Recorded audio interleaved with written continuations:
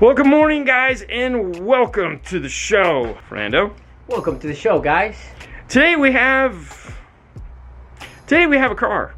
It's the easiest way to say it. I know, right? Actually, it's a very special install. We're really excited about doing it, and let me tell you why. So as you guys know, we do a ton of Jeep Wranglers. But this year, Rockford decided to do something a little different. They actually invited us out to SEMA to take part in it, which was really cool. And it's this guy right here, this giant stack of boxes. As you can see, they're giant. I mean, he's like 6'2". Look how big these are. So inside of these two boxes here is something awesome that this industry is, well, it's kind of a first. And that is a fully complete end-to-end, start to finish, front to back plug and play system. And I know what you're saying, there has been plug and play stuff before, but nothing quite to the extent that Rockford went on that. If you've ever worked on a Jeep before, you know you gotta cut in the speakers in the top, and well, you don't have to do none of this. They can actually give you a brand new soundbar. Everything that needs to be replaced so that this can go back to factory, with the exception of like one thing, is in this box. And what I mean by that one thing, which we'll show you a little bit later, has to do with the cigarette lighter and the bass knob, which is one of the coolest features about this. But there's even a piece to make that painless and fun. It comes with a DSP, but you don't have to tune the DSP. Rockford has already done it. So it just plugs in, and that's it. Automatically knows what car it's in, and if there might be some like turn on and off things you have to do with the car. But other than that, there's no tuning or anything. It's pretty amazing. And it is definitely the future of what Rockford thinks these things should be, is that they can just sell you this box, you can put it into the car. That's where the fun comes in, because it's gonna be a pain to put this thing in. There is a lot of stuff that has to come out. The average install time on one of these is 8 hours. They do have a nice video on how they do it. And today we're gonna show you how we're gonna do it. So that'll be pretty fun, right? We'll show you some of the things that, well, you know, as somebody that does this for a living, might save you some time and or, you know, like I don't have to take that apart kind of thing. I don't know. Either way, we're gonna hop into it and get started. You ready, Fernando? I'm ready, man. All right, well, let's open these boxes up and kind of take a look at what we have and what we're gonna need. First thing that you need to know before you order your kit for the Wrangler, not the Gladiator. The Gladiator is pretty simple. It's one kit, fits all, and life is good. In the Wrangler, it may have this guy here because it's an amplified system. If it has this panel in the back, there is one optional thing you have to buy that does not come in the kit, and that is this right here, the Jeep Wrangler trim kit. This is a replica of factory piece that would be there if it wasn't the upgraded audio system. Keep that in mind when you are ordering the kit, because that would suck if you forget it. Aside from that, you have this giant box here, which is the whole system. Subwoofer enclosures, the whole 9 yards is all tucked into there really nice. Let's open it up and see how they did that. Now this box is heavy, so make sure you do that whole team lift thing. And it's double boxed. And also, just so you know, when this does come shipped to you, it comes on a pallet. Woo! That's pretty cool. Everything comes nicely laid out. So starting in the top left corner, we have various screws and brackets, fuse holder bracket, bass knob, cigarette lighter relocation, DSP, basically a locked DSR1. It is not anything you need to pair to, flash, or do anything. T-harnesses, amplifiers, already mounted on the amp rack, all set, ready to go. And I'm assuming this is the instructions. Probably just says go out to our website and look at our video. Really nice. I like that everything is in its own little hole so that it won't get lost. Ooh, look at this. Check this out. So the next layer reveals the left and right subwoofer and the left and right front speaker pods. Everything is already bolted into place, so there's no assembly required, so to speak. There again, it's in its own nice little pocket. Yeah. And then buried underneath the subwoofers is this guy right here, the new soundbar. For those of you at home that aren't familiar with the interior of a Jeep Wrangler, you may be thinking about getting one, or you just like watching because it's a lot of fun. Let's take a look and see what this guy has in it and how it is going to be modified. So starting with the back, as we told you earlier, this piece is going to come out. It's going to get replaced with one of those subwoofers that we just unboxed. The second one is going to go over here. So this whole piece here will come off and the new sub will go in there. So we'll have a sub here, we'll have a sub here. Up top, we have this sound bar. That sound bar is going to come out, unplug, and the new one is going to go up in its place. Now, if you've ever done one of these, you know that you got to pull this piece off here, you got to cut this out, and Rockford didn't want to do that. Plus, these things tend to buzz and rattle because they're just made out of chintzy, thin plastic. So Rockford's is much more robust, more thick, more ready to handle the amount of abuse that we know you're gonna put on it. Now the hard part in this, the hard part is this dash. This dash sucks. It is a pain in the butt to get this guy out here and that guy out there, which are the factory speaker pod. Each one of these has a 4-inch speaker in it. That's gonna come out. A 6.5 is gonna go in its place. These are actually the easiest part. These pop off and we put new tweeters up in the top here. Life is good. Also, this seat is gonna have to bolt and come up because the bracket for the amplifier is designed to go up underneath here. And then the DSP actually goes where the factory amplifier is, which is up and behind this speaker. So we can't get to that until we pull that out. Now, as I said, this whole system is designed around the concept of plug and play. However, a lot of disassembly and reassembly is required. Pretty cool. Now that we have an idea of what it is, let's double check those instructions, see what it has to say, and then we'll get started on disassembling this thing and getting it installed and put back together. Let me preface this right away by saying, if you would like the official instructions for this, I will put a link to it in the description for this video so you can go over and watch it on Rockford's. Or when you get the system, on the side of the box right here, it has the QR code so you can go and immediately take a look at it for your installation. Now, the things we're gonna do here today are gonna be our way of doing it, meaning this is how we wanna install it. The first thing we're gonna do in this is remove the sound bar. Our thought on this is we want to be able to put things in, put stuff back together, and minimize the amount of pieces we have laying around. That is get rid of the biggest thing that we have, which are going to be the sound bars, subwoofers, amplifiers, and stuff like that, and then we'll work our way to the front of the car. To get that sound bar out, get yourself a bin to put screws in. It's a Torx, so you're going to need some Torxes. First step to get this sound bar is to remove the light here in the center. Use a small panel tool. Get up inside there, pop it down, put it into your parts bin. First thing to come off after that is this rail here. You're gonna just work your way around, removing basically the whole top apparatus. Now, naturally, no install is complete without some right away. Rockford tells you that this top has to at least come up so you can get to the screws and get to the soundbar to make life easy. In most cases, that's not a big deal because those of you guys that have Jeeps or seen Jeeps, you know the tops come off like, yay. This one, however, has the new Sky One Touch rooftop.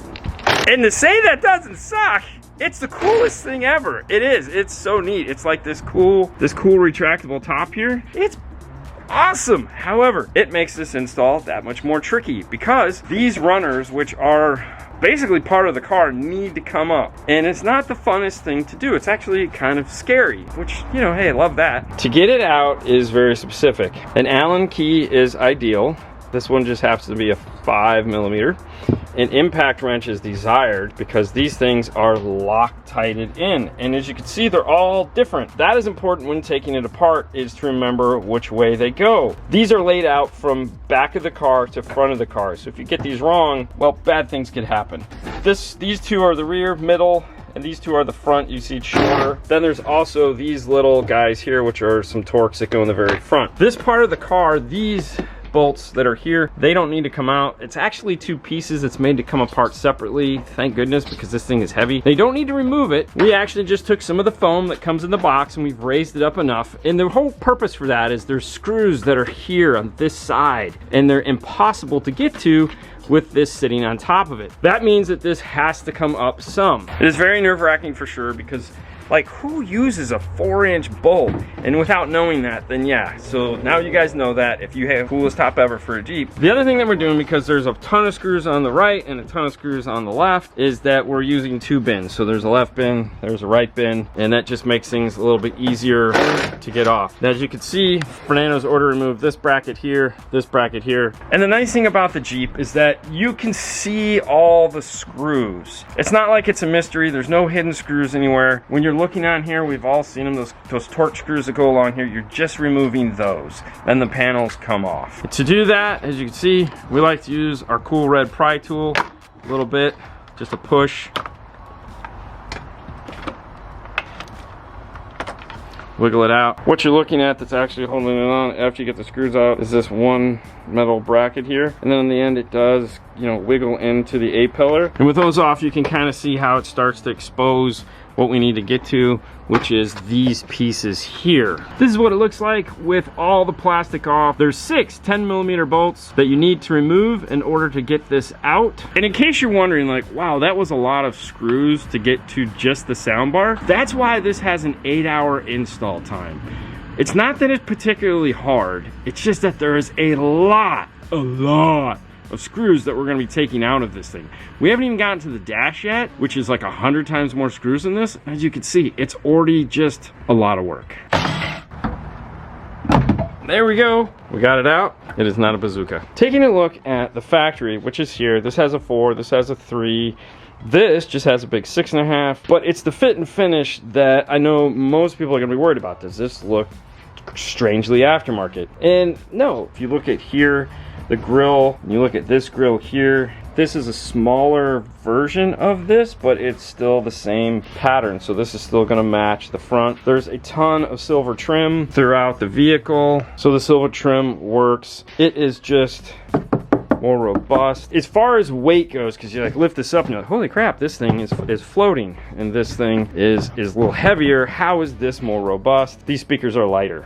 They use neo magnets. The speaker itself is lighter than these 2 speakers here, where most of the weight is coming from. Is you have 4 standard magnet speakers in here. It gets kind of heavy, but this, you can just tap on it. This feels better, a little bit more rigid. Fit and finish wise, these are awesome. To get this back in, the first thing we want to do is replace those 6 10mm bolts back into place. And now the question is, do we put all the pieces for the top back on? And the answer to that is yes, because we done. Man of many words. We're not gonna need these pieces off to do the rest of the installation. Let me help Fernando hold that thing up in place. To put this up, 2 people is a really good job. You can do it by yourself, but it's a pain. The reason why is that in each corner of this, there's a pin that needs to line up to get it right. And of course the pin is right on, like there's not a lot of wiggle room for it. If you like put one side on to, you know, hand tighten it and then slide it over and do the other side, it does help if you have somebody here in the middle to push it up. Once you get to that point, start with the outside, move your way to the center to screw it in. We've already got the outside bolts in. And remember, this thing is plastic, so don't go too tight, you know, just like, nice tightness is good. Put all the pins back into the ceiling, and that's it. Next thing we're gonna do is get these side rails put back on.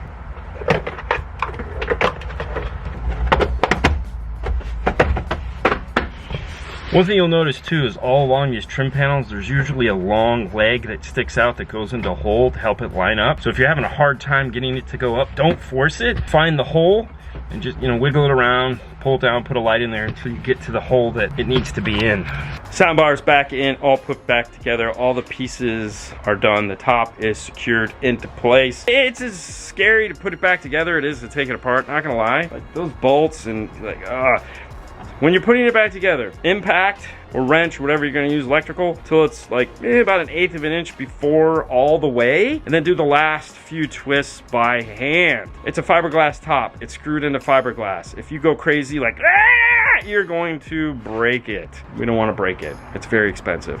The next thing we wanna tackle is the back here, getting the subwoofer enclosures put into place. It seems to make the most sense, working our way towards the front, trying to get some of these things that require us taking a lot of pieces out of the Jeep.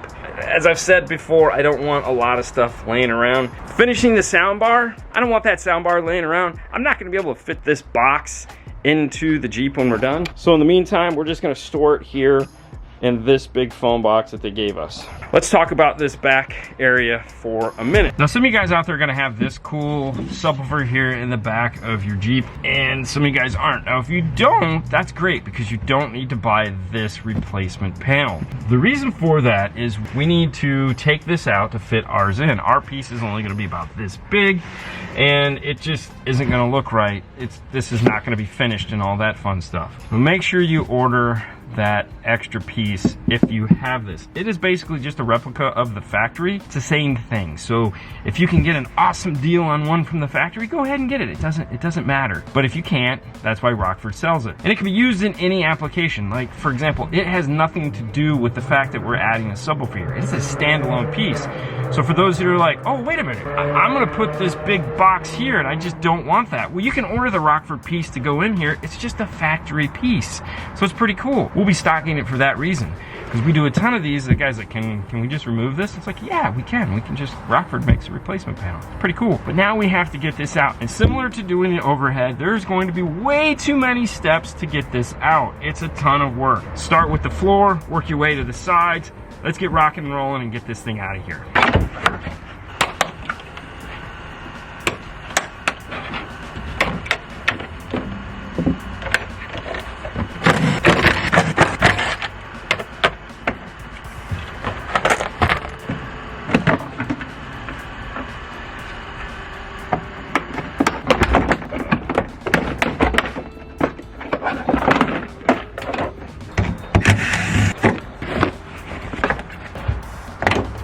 Take this whole side of the car off. It's not much to it. 6 screws along the side here to hold those tie downs that you saw. 1 screw here to remove the panel itself and the whole thing unsnaps. Make sure you remove this piece from the seat belt here.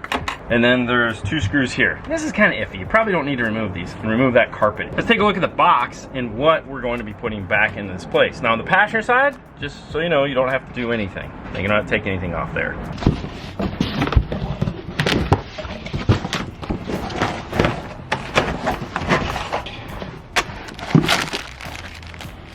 Don't want to lose this, whatever it is. So when you're just pulling the foam out, always look for little bags. We'll set this in one of our bins. The new factory replica trim panel. And the new factory replica carpeted panel. Snaps right into place. And my guess is that's what this is. This is the factory snap. And one more piece located down in the bottom of the foam here.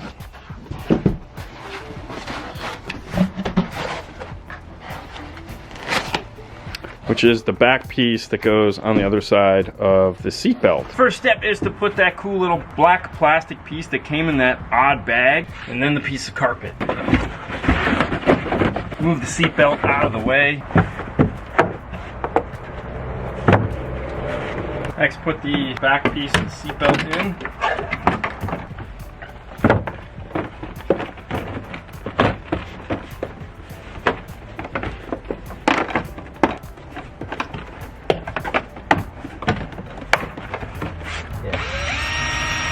And this particular Wrangler, he has a tire pump in the back door, so we had to notch this panel to match the panel that we took out. Factory replica panel installed. Now it's time to grab some subwoofers. We've chosen to go with the passenger side first because the passenger side is going to run over to the driver's side and tee into place. There is a specific way that these need to go in, and they are using the factory tie-down bolts to hold it in place. With this one now installed in place, let's take a closer look at the passenger side so you can get a better idea of what this is actually doing and how it is fastened. On the top side of the box is this right here, this groove, and this is what holds the box into place into the Jeep, with the exception of these 3 screw down points which match up to the tie downs in the Jeep. And where that is designed to go is right here underneath this lip. Tongues into place underneath here and then rocks down, and it'll hit these 3 screw down points. And when it's in, it's gonna look just like this. And as you can see, this is why you have to replace that side panel. It can't simply be cut. It needs to be a replacement. Let's get this one in. One other thing to note of the driver's side subwoofer enclosure, that on the box it has an input and an output. The input is going to be coming from the amplifier. The output is going to be going over to the passenger side subwoofer.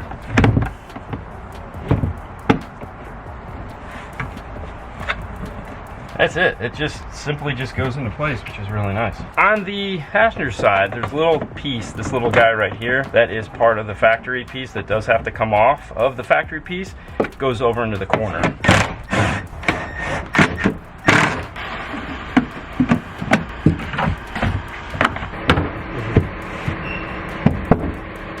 Boom. And just like that, we have our 2 subwoofers installed in place. Now for those of you that are going, we never talked about the subwoofers. What the heck are they? These are the shallow mount T1 12s. Now you have 2 big 12s in the back here. This thing puts out a ton of bass. We've already heard it, we know this. Let's go over here into the corner and we'll show you the wiring that needs to be connected between the two of them. These are our 3 connectors that meet up here in the driver's side of the car. These 2 are part of a Y connector where we have a male and a female, and this one comes from that woofer over there. There is a label on it here to not get it confused with this other connector. These 2 connectors go together like this. Listen for the click, and that's it. That's all set and ready to go. This is going to go off to the amplifier that's going to be up underneath this seat. For right now, this is just going to hang out like this. I'm going to tuck them just in case this door gets closed. I don't want them to get smacked inside of here. And with both those woofers in place, this is what it looks like. So you keep all of your cargo space between the 2. It's tucked in nice and neat and pretty. Now I know what your next question is why can't I put these in a hybrid? Well, they don't fit.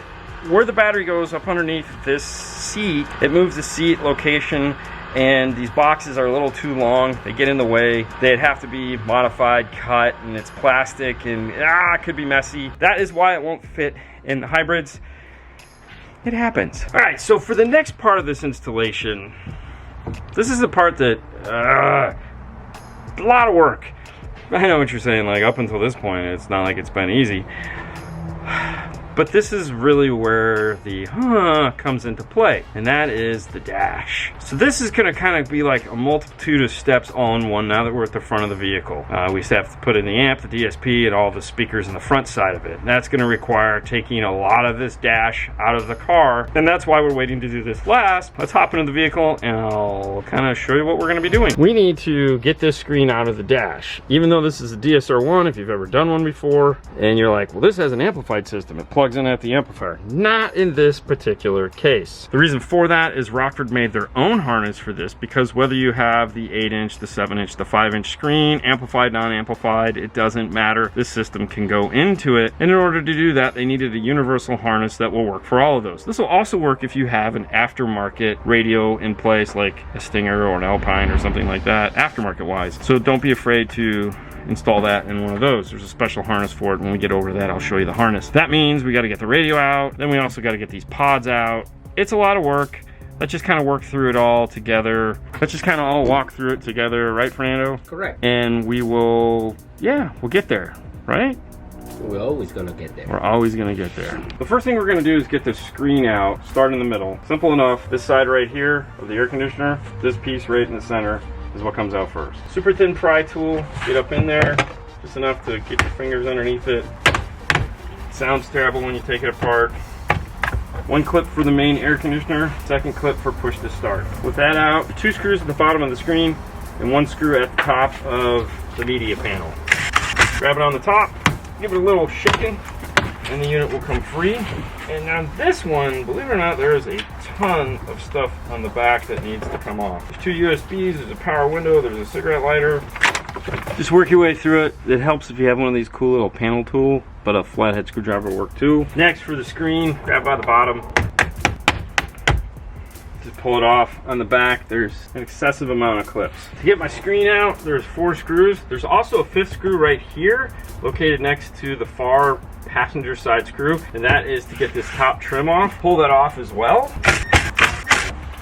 Pull the screen out as far as you can. It does come out a decent distance. Tip it forward and have somebody else remove clips for you while you're putting your hand on the screen to protect it. Set the screen someplace safe where it's not going to get scratched, as if it needs to be set. With the center out of the car, we have a couple different ways we can go here. We can go passenger side, we can go driver side. We have far less work to do on the passenger side, so that's where we're gonna go. We'll come back to the driver's side, but before we do that, we need to get this top piece off for the driver's side. This is one of those pieces that it's like, really? Yeah, it just clips in other than that 1 screw, but there is a lot of clips. It kind of pulls forward and up at the same time. It's really hard. Pay attention to the corners. This is one of those things where having 2 people really help.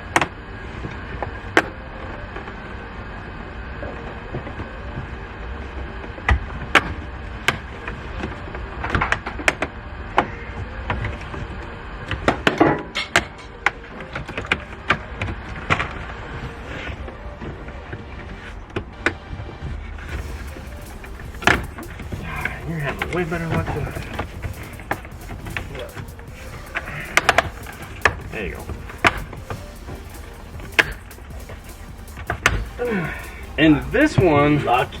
there's like 20 metal clips, these little annoying things right here. 17. And 17. And if you can get them all off in one pull, that's magical. The ones you want to pay attention to, like I said, though, are the ones in the far corner. Those are plastic, and those are the ones that typically want to break. Start in the corners, just get those loose, and then kind of work your way across like you just saw. Let's get the speaker grills off for those. There's 4 clips that hold them on. Flat panel tool. Just dig in, pops right off. Start in the corner. Work your way to the back. There you go. 4 simple clips, pops right up. Holding the 3.5 in place is 2 Phillips screws. To get those out, I like to use this. It's a screwdriver, right angle drill, call it what you will. Pops on just like this, gives you this. And these fine speakers right here are what is in the dash. It is a single cone, 3-inch, 3.5-inch. This is also one of the easiest things in this installation too, because we didn't have to do anything that we've done so far. Those just pop right off and you can easily put those in. So if you want to feel really like, yeah, we're killing it, just do those first. This is what's going to go in it. This is the all-weather Rockford pain generating tweeter. These things are insanely loud, which is perfect, exactly what you need for a Jeep. You're gonna go into the top, factory plug. There is a crossover already installed on there, plug and play. Snap these up in and put your 2 screws back. There's a Rockford logo on it. It goes towards the window. And that's it. Check one more thing off our list. How cool is that? With those done, as I said, let's move on to the passenger side because that is going to be the next easiest thing to do. The first step in that is removing the glove box. How do you do that, Fernando? You open the glove box and it's a latch. Make sure you remove it, kind of pull it up, and as soon as it's free, it has a lock in the top. Just push it up, and that brings it up. The second thing we have to do is remove the bar. 10mm in this side.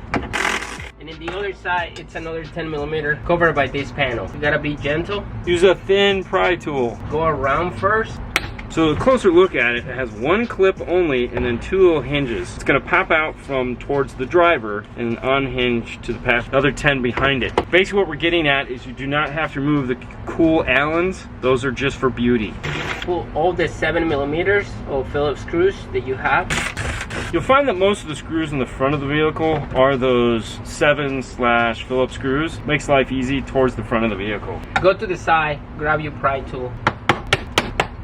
And there again, just like every other panel, this has 5 really strong plastic clips holding it in place like this. Start at the bottom, work your way to the top. Located on the side is some more 7mm screws that need to come out. These are going to be in the way of the door. The screwdriver that we just used, very helpful. Otherwise, open the door all the way, unclip it, move it all the way open if you don't have something. This one has 5 7mm. The 5th one is the hardest one. You're gonna use 7mm ratchet. This is one of those cases where you look at it and go, wait a minute, why did they put that there?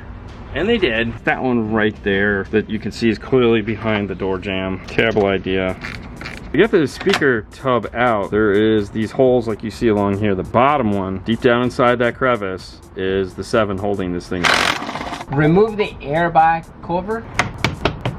Once you get the bottom piece of the airbag cover off, there's 2 7mm screws there. Remove those. That'll allow you to pull this panel forward so they can then remove the 2 7mm that are holding in this speaker. A ratcheting wrench works really good on the top. You should be able to get a drill on the bottom. I'll plug the speaker plug from the back of the cabinet and slowly work the speaker out. And just like that, we have 1 speaker out of the car. The factory has this little tiny 4-inch in it here. It's ported, yeah, a lot of fun. We are gonna be replacing it with the all-weather Rockford 6.5 already in the Jeep enclosure. These are the same speakers that are in the overhead. For those of you keeping track at home, that is going to mean we are going to have 4 6.5s and 6 tweeters. That's right, 6. This is all water resistant. It has a seal that goes from the tweeter to the cone, so there's no way to get debris and all that fun stuff that you might be doing in your Jeep into the speaker and screw it up. On the back side, it has the factory clip. Go back in. Fernando, here you go.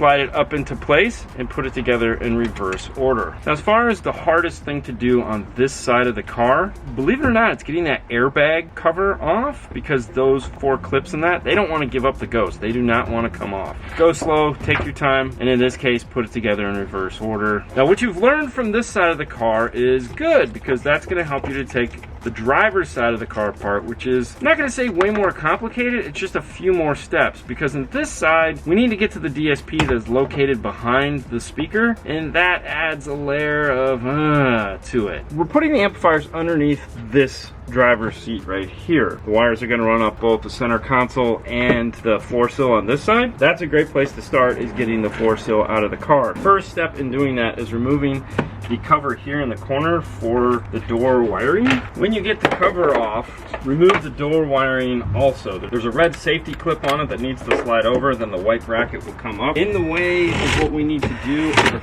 3 10 millimeters. The floor sill kind of lifts up and goes this way.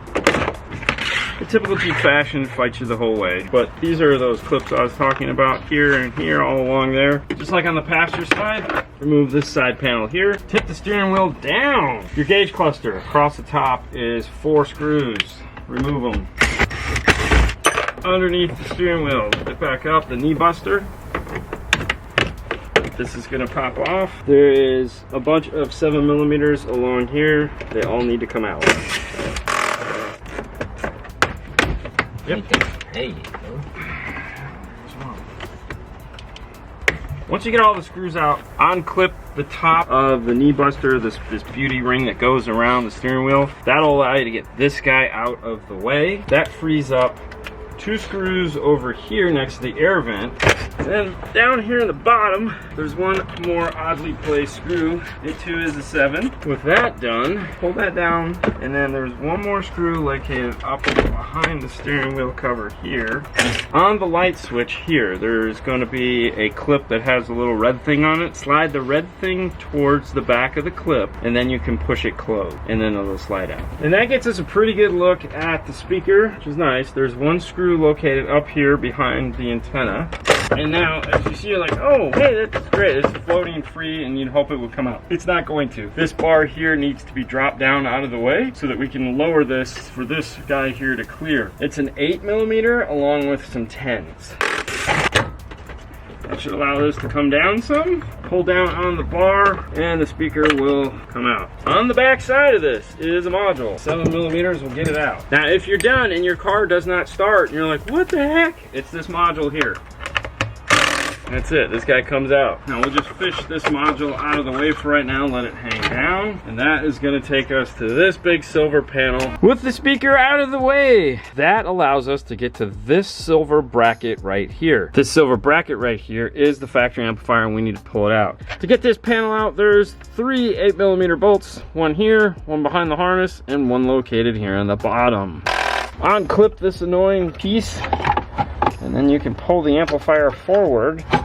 Like I said, wiggle it a little bit, and the amplifier will come out. With the speaker and amplifier out on this side, we go now to our big bin of foam and grab this guy, the DSR1 module here, because it's time for this guy to get mounted and played. One cool thing that you're going to want to do is inside with the DSR1 is this. This is a USB extension. It is going to plug into the DSR1. You don't need to flash this module. You don't need to plug it into a laptop. You don't need to do anything with it right now at all during this installation. Along with that USB, there are a couple other harnesses that need to be plugged into this thing, and that's what we were talking about previously when I had mentioned whatever factory radio I have or aftermarket, this will integrate into it. It's in the big pieces of foam. There are a couple different harnesses. This one here that has this gray plug on it, this is the one we're going to be using. This is the factory amplifier speaker plug. So we'll set that over here. We're also going to be using this big guy right here that has this giant end that looks identical to the radio's harness. This one is going to be the universal harness that allows us to integrate into all those factory systems. On it is also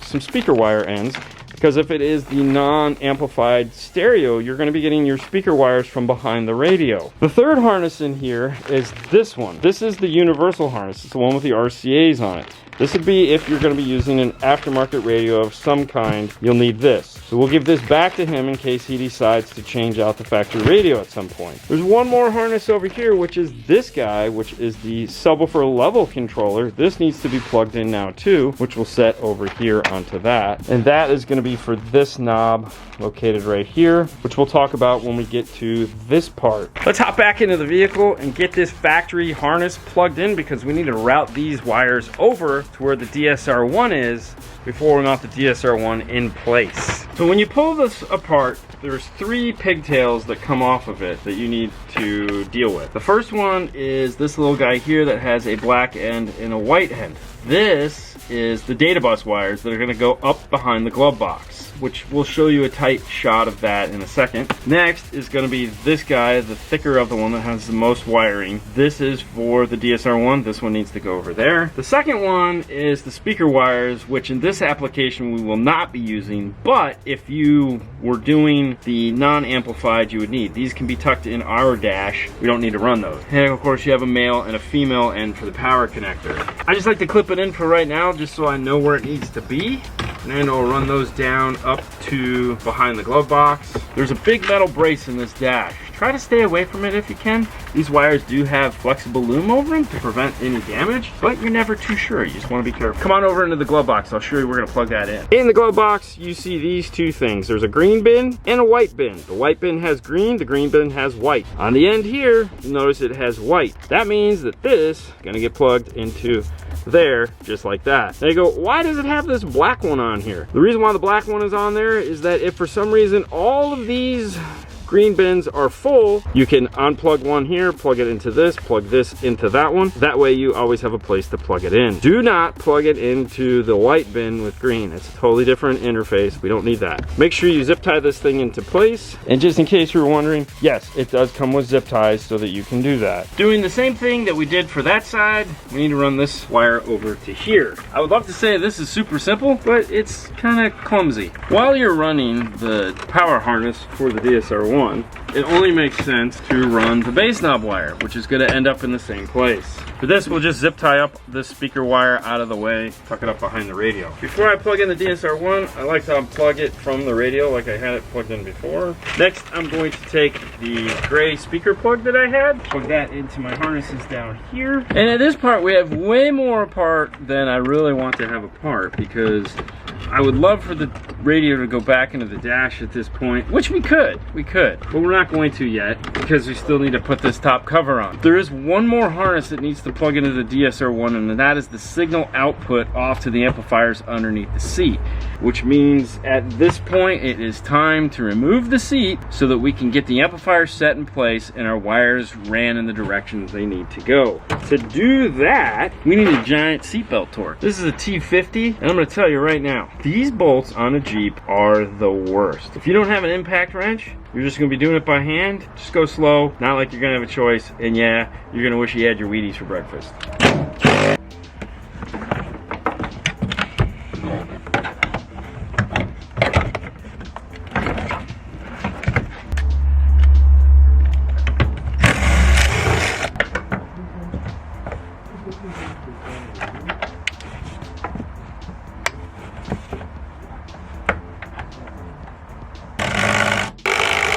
Getting this amplifier in place underneath the seat is gonna be a minute. You're gonna have to kind of manhandle it just a bit, but it all lines up and it goes where it needs to go. The thing you need to keep in mind is the speaker wire. If it is the non-amplified, the speaker wires are gonna run up into the dash. If it is the amplified, you're gonna need to cut the zip ties so that you can run the speaker wire over to the kick panel. Okay, just get out of here. Ugh. Remove this trim panel here to run your wire through. It easily just pries out of the way. The amplifiers will look like this once you get them mounted into place. It uses the factory screw here, and then the factory ground point is also your ground point, and then there'll be that back brace and the one on this side as well. Once you remove this, you can then run your power and signal wire up this side. Your sub wire can go towards the back to where it'll connect with the T. The signal wire still needs to get up through the center console, but we need to crawl up underneath here to remove this guy right here. That is our grommet for the power wire. On the power wire, they provided us with our own grommet that's going to go into place, which is kind of nice. One of the things we knew we were going to run into on this is the fact that it's a 392. The 392 has a big engine in it that is, wow, super awesome. But it also has a hood scoop, this guy right here. And the Rockford fuse holder is supposed to mount right there. Looking all sexy, super cool. But as you can see, this intake here is going to get in the way of it. We knew this going into it because that's one of the things Rockford had us talk about when we were talking about the unit. How are we gonna make this work? And we've come up with an idea that I think is pretty solid, will allow us to reuse part of their bracket. So the plan is to remove this from here. We're going to cut it here at this 90, and we're going to take this fuse holder and simply mount it along here. The reason we're going to do it that way is because when this is closed, it actually sits about that far off of the firewall, which gives us plenty of room to run our wire. It just doesn't give us enough to run it the way they've got it configured. It seems like a pretty solid solution for this little problem we're going to run into. The power wire is long enough to do it that way, which is cool because we're limited on how much power wire they gave us, plug and play system, and this seems to be the best alternative that we can come up with. This is what it should look like when you're done with it. The orange wires are your signal. Multicolor wires here are your speaker inputs, your data power connection, bass knob, as well as the USB for if we ever need to do backups. All the wiring should be running to the other side, not the orange side. This should be flat like this so that it can flip and go into place just like that.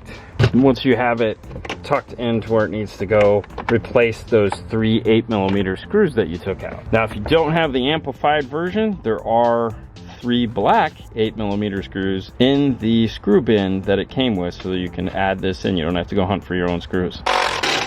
With that into place, put the speaker in. But before you put the speaker in, make sure you screw this onto the back of the speaker pod. Before you get too deep into it, make sure to plug the speaker back in and then add in all the screws that we removed. And that gets us this side of the Jeep all put back together. We're getting ever closer to being done with this. We still have a few steps left to do, but I'm going to get this all put back together in reverse order, get my top piece put back on here, and basically get this dash put back together. And there it is. Our plan worked. It was easy enough, right? It was easy enough, yeah. To cut the bracket into a simple L shape and mount it right up against the firewall like so. Our wire was long enough. We didn't have to change anything, and the hood still closes. So for those of you that do have a 392 and you're like, oh man, this is the one plug and play part of it that isn't. Now you know, it's simple enough. Just cut it and re-tap it. And we were able to get all 3 screws into it and it bolted right in place. Good job, Fernando. High five. Snap the grills in after I got the dash back together. And now we're gonna take a look at plugging this back in. The easiest way to do that is to plug this main harness in first before you do anything, just because of how it latches. Now the arm should pull it into place, and you wanna make sure you hear that click. Plug in all your extra cables into it. When you're putting this back in, make sure you're careful. There's leather and or painted material here. Kind of work your way in nice and slow, get it all up in there.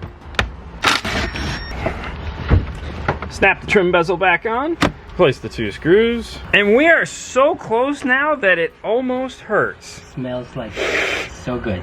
But we still have a couple things we have to do, and that is actually the most important part, I would say. Would you agree? The coolest part. For me, that will be the coolest. I will agree. Okay, coolest part for sure. Yeah. That's the bass knob. Now, to put the bass knob into this, Rockford has really overthought this, like they've done the rest of the systems. This is Jurassic Park, man. Spare no expense. Eat all the ice cream before it melts. We have to pull the power port out, also known as the cigarette lighter for those of you that are old like me. We're not losing it. We're going to actually relocate it into the glove box. They give us this whole thing to do that. Now, up until this point, other than having to modify the fuse holder, which we only had to do because it's a 392. If it wasn't, we wouldn't have had to do that. We haven't had to do anything, like nothing to cut, nothing to drill. We did cut that piece in the back, but that's because that was aftermarket. It had nothing to do with this. All I've done is use the 7, the Torx, and Allen, and that's it. I haven't had to modify anything. It's great. Build anything. My laser's over there just bored out of his mind. Until now. We're gonna have to drill a couple holes in the glove box to mount the bracket that they came up with. I know, right? So it's like, oh, bummer. Let's go. All these pieces here are what we're talking about. We have this tool, which is going to allow us to remove this power port here. This is the relocation here in the glove box. This is the tool we're going to use to drill new holes. So there's all this stuff here that's all we need. First tool is this. This is a cigarette lighter remover. The piece that's going to go in to allow us to mock up where our holes need to go. The hole saw. And then we have some screws and mounting tabs for zip ties and stuff. Inside this bag, this is the cool replacement power point here. It is a whole cigarette lighter. We're not going to be reusing theirs, which is good. Then we have this guy, which is the extension. This allows us to plug in and add in our power port. First step is to use this tool to get this out. To do that, it's supposed to go in like this, push in those tabs, and then you're supposed to like this to come out. Now I'm going to tell you straight up, I've never gotten one of these to work ever, so I'm not holding my breath with this actually working. It is not going to be easy. It is going to be a struggle. I've always found that just by coming from the back with a flathead, it does a much better job than trying to use one of these guys. All right. It's out. You can get the rest of this out without damaging it. This is the knob here. It's super sexy. It has the Rockford logo. It's illuminated. Pretty cool. Pull the screw out, and then on the top here there's a little tooth that matches this little tooth. That is going to come in the back just like that. There's another little piece that sticks up here that lines up with a hole that is inside of this. Don't go crazy. Don't like Gorilla Tighten the hell out of it. It's not going to fall off. These guys here are magnets, and there's 2 magnets located on the back side of the Rockford logo. And if you'll notice, as I'm turning this, the Rockford logo stays perfectly centered. But if I pop it off, I can spin it around like a spinner. So these 2 magnets are holding this. They really got complicated on this. If we turn it upside down, it automatically spins up. So check this out. We'll flip it. And then boom, flips it, and it goes the right way. Push that down into place, and there you go. As you can see, Rockford logo stays put, and our base wire will plug directly into that. So this panel is all set. This guy right here, plug it into the car so that we can then plug this in right here. Why is there an extra end here? And that's for this cable right here in case we need a constant 12 volts for anything. Let's hop into the car. We'll put this in the glove box. Earlier when we were in the glove box putting our data connection in there, I said Fernando's gonna zip tie it up. We actually didn't zip tie it up yet because we knew we were gonna have this step, so there was really no point in doing it yet. Fish the wire through, just like we did the data connection. And then inside we have our giant bundle of wires that we were playing with earlier. I'm looking for this gray one here with the blue end. Yours might be different. And that is gonna plug into our gray end here. This guy is all set and ready to go. Tuck it up and out of the way. Here's our base knob wire that we pre-ran. And now we can get this panel back in. Now there's this one extra wire here that's gonna go to our AC panel. Make sure that you pull it out, get it above this screw hole before you start tucking all of this back in. Otherwise you're gonna have to pull it all back out. That's no fun. We have that 1 7mm left to put back in here. Time to put the air conditioning controls back in. Give it a little tapping. And there you go, all set and ready. Our wire is over here and ready to be plugged in. Nothing is zip tied in place yet. Still have to do that. But let's go back over to the bench and we'll mount that cigarette lighter into place. And we'll be done. It's so exciting. This panel here that they gave us lines up perfectly with the back of the glove box. It has a slight arc to it here. So we want to hold it in place. There's 2 holes that need to be here and 2 holes that need to be on the side. Drill those. And once those are drilled, we want to flip this over, and it says here 3/16 drill bit, pilot hole for 20mm hole saw. That is this guy right here that they gave us. We'll switch bits. That gives us this, which will allow that cable to go through. Conveniently located right here. In our little parts bin, there is 3 little Allen screws. It is a 2.5mm. Line it up. And that gets it in there. Empty out any crumbs that you may have. You don't want to pass those along. Let's get this into the car and then we'll be done. Line it up, get your arm over here, make sure it is out, click it into place, push the go box up, make sure it opens and closes, and you got that cable tucked out of the way for you, so you have nothing to worry about there. Put all the stuff back in the glove box. This is kind of that moment. Like, we've been working on this for a while. The only thing left to do is turn it on. It's kind of scary. It just is, right? Always turn it on? I don't know. Yeah, I always get antsy. Even though I've done this a million times, it's still like, pins and needles, pins and needles. All right, so we didn't actually turn it on because I said to Fernando, hey, is there anything that Eric is telling us to do before we do that? And he goes, oh yeah, we're not supposed to turn it on. We're supposed to lock the car and let it sit for 20 minutes. Good catch, Fernando. I mean, I tell you before. No, right? you didn't. No, he didn't. No, not. I said before we turn it on. Oh, yeah. Very crucial step. It is different for both the amplified system and the non-amplified system. Yeah. So make sure you watch that portion of the video from them. Our assignment right now is to shut the vehicle, lock it, let it set for 20 minutes, make sure that the key fob is far away from the vehicles, and then we get to see if it works. The bass knob light will go off and everybody will be happy. The reason why you're doing this is so that the DSR-1 can learn on its own what type of Jeep Wrangler it is in, as opposed to plugging it into a laptop and doing all that. So we've been waiting 20 minutes. It was painful, wasn't it? It was. Actually, it was kind of nice. We actually cleaned up a little bit, organized everything. It gave us time to collect all of the stuff that we took out of the car, speakers, soundbar, things like that, and get them all in a nice pile so that we could throw them into the back of the truck when we're done. Now is the time. Turn it on, and we need to do some testing to make sure everything works. Bass knob, doing its bass knobby thing. Feels good, nice and turny turn. We have CarPlay all set and queued up. I have a DRM free song. Fernando, could you press play for me? Make sure we have sound.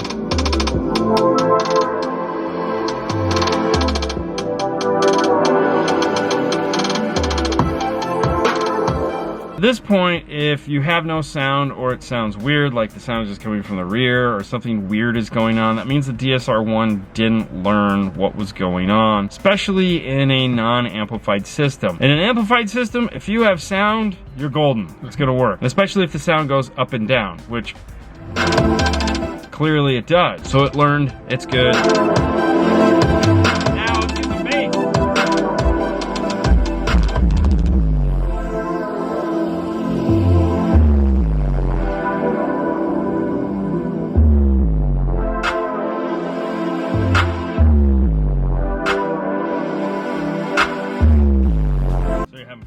I like it. I demoed this vehicle hundreds of times, and not this specific vehicle, but the Rockford Fosgate vehicle, and I like it. That was awesome, man. Yeah, so for those of you who don't know, we spent 4 days at SEMA demoing these for Rockford. We had a great time. He was in the Wrangler. This is actually the first time I'm hearing the Wrangler, because I was in the Gladiator and didn't get to hear this ever. I never had time. Yeah. We were always busy. So this is kind of nice. It definitely does have more bass than the Gladiator, like they were telling me. That's it. We're done. We have the system in. Now, I strongly recommend you watch Rockford's video with Eric telling you all about how it's supposed to be done. Our video is, hey, we've been doing this a really long time. We work on hundreds and hundreds of Jeeps, so obviously we know some of the shortcuts. If there's something on ours that you were like, I don't know what, definitely go watch his video because they'll explain it more in depth. We hope you like the way we structured this video, breaking it down into parts so we're easy to follow, easy to understand. And if you're watching all the way to the end now, thank you so much, and we hope you enjoyed it. That's right. Make sure to like, subscribe, and do all that cool stuff. If there's any tools that you don't have that you wish you did, we have full lists of tools for you to find over on DNF Tool Drawer. What do you say, Fernando? On to the next one, guys. You guys have a great night as always. We'll see you later next time. Bye. Bye.